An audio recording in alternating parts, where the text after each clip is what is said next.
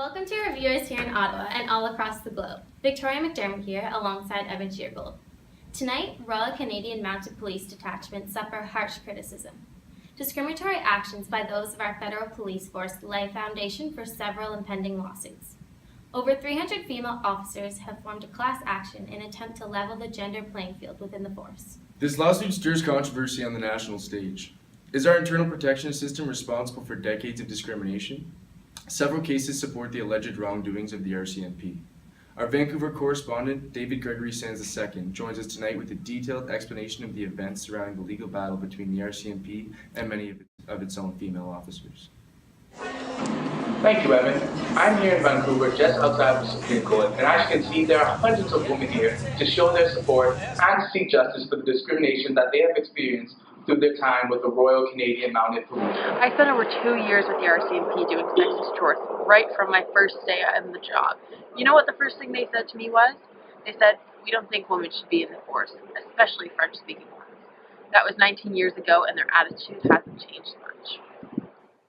Among Janet Merlot's claims are that a supervising officer would routinely position a naked female doll next to his desk, and on several occasions would ask Merlot to stand next to the doll. She says the supervising corporal was never punished. All these women are here in hopes of justice over alleged gender discrimination, bullying, and harassment with a potential class action lawsuit. Earlier today, I had the chance to speak with the lawyer championing the case. Good afternoon. My name is Dave, and I'm here with Mr. Klein. Thank you for speaking with us today. Not a problem. I view this as an important issue. Can you tell us about the case and how you're going to approach it in court? Well, you see, these women, they share an unfortunate common bond. They were subjected to systematic harassment, bullying, and discrimination over a long period of time. The bond they share is the consequence of that treatment. I just find it amazing that so many women have come forward and can relate to this issue. How are you going to present the case? I will introduce the case and prove that misconduct has occurred over a period of months or years, was committed by multiple perpetrators, and was ignored by management on multiple occasions. Thank you, Mr. Klein. We will now go back to the studio. Thanks, Dave.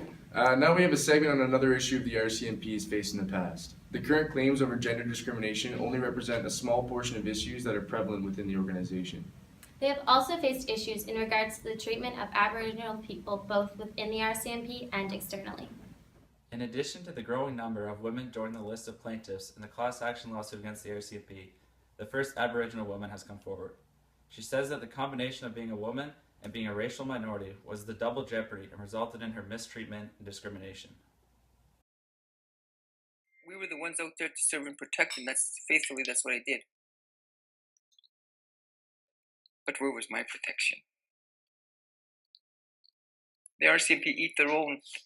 Hudson was the first Aboriginal female officer when she joined in 1979. She became a poster girl for the RCMP as the force began making a move to include more minorities in its ranks. Problem was, she says, many men in the force were not ready to have women among them. One of the men deemed responsible for this offensive behavior is Inspector Tim Shields.